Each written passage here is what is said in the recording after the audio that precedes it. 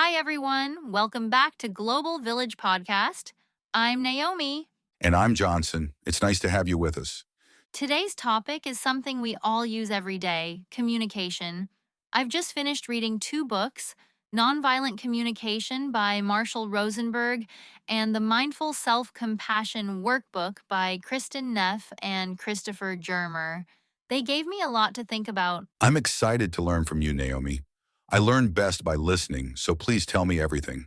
All right, let's dive in.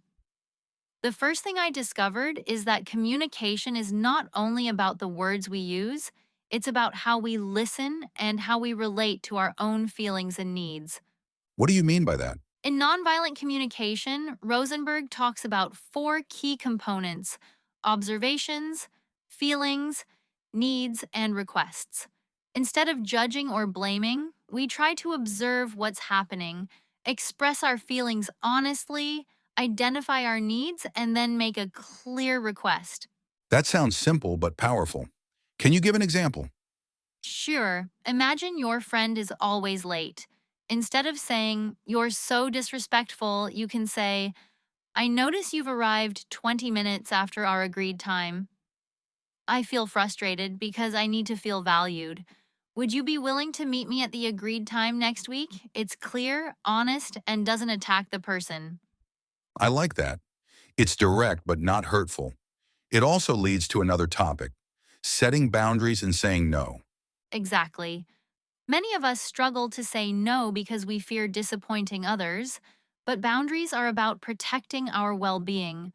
Nonviolent communication suggests stating your needs and limits without judgment. For example, "I appreciate you inviting me, but I need rest this weekend, so I won't be able to join." You're choosing yourself, but you're doing it respectfully. That's helpful. I sometimes agree to things and then regret it. How do you avoid feeling guilty? That's where the mindful self compassion workbook comes in. It teaches that being kind to yourself is not selfish. When you say no to someone in order to take care of yourself, you are practicing self compassion. You can silently acknowledge, "This is hard, but I'm doing what's right for me."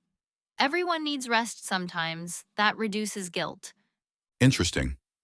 Another challenge is speaking our truth authentically without offending others.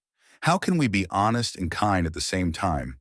The books suggest connecting with your feelings and speaking from them. Instead of making statements about the other person's character, talk about your experience. For example, "I feel overwhelmed when we talk about politics because it's stressful for me.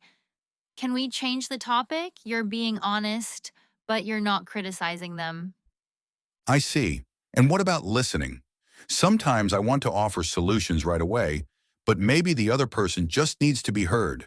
Yes, Rosenberg emphasizes empathic listening, focusing on the other person's feelings and needs without jumping in. Also, the self compassion approach tells us to be mindful, wait, breathe, and listen. If someone shares a problem, you can simply reflect, "It sounds like you're really stressed and need support." Only give advice if they ask for it. That's a good reminder. So often we speak just to fill silence, but silence can be supportive. Absolutely. Silence allows the other person to process their thoughts, and it gives us time to think before we speak. In difficult conversations, pausing can prevent defensive reactions. And how does self-talk fit into this? You mentioned talking to yourself compassionately. Just like we communicate with others, we communicate with ourselves. Self criticism can be harsh. In the workbook, they teach a practice called the self compassion break. When you notice negative self talk, pause and say three things. This is a moment of suffering, mindfulness. Suffering is part of life, common humanity. And may I be kind to myself, self kindness. Then speak to yourself as you would to a good friend. That makes sense. If we aren't kind to ourselves, it's hard to be kind to others. Exactly. When we treat ourselves with compassion, we are more patient, more forgiving, and less reactive. It also helps us model healthy communication for others. One more question. What do you do if the other person doesn't respond well to your honest communication? We can't control others' reactions, but we can control how we respond.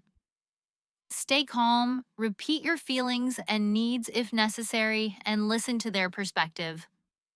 Sometimes people need time. If the conversation becomes heated, it's okay to take a break and come back later.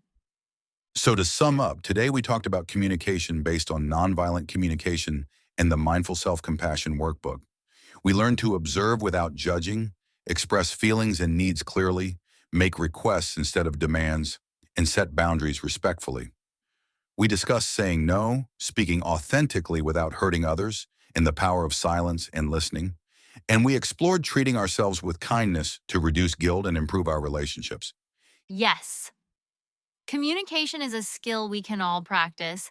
It starts with awareness of what we feel, what we need, and how our words affect others. And it's supported by compassion, both for ourselves and for the people we talk to. I'm inspired to use these ideas. As an auditory learner, listening to your explanations helps me remember them. Thank you for sharing, Naomi. You're welcome, Johnson. I love reading, and it makes me happy to share what I learn. We hope this conversation helps you communicate more clearly and kindly in your own life. Feel free to send us your thoughts or experiences. Thanks for listening to Global Village Podcast. We'll be back soon with another topic. Until then, take care, set healthy boundaries, and speak with compassion. Bye, everyone. Keep practicing mindful communication.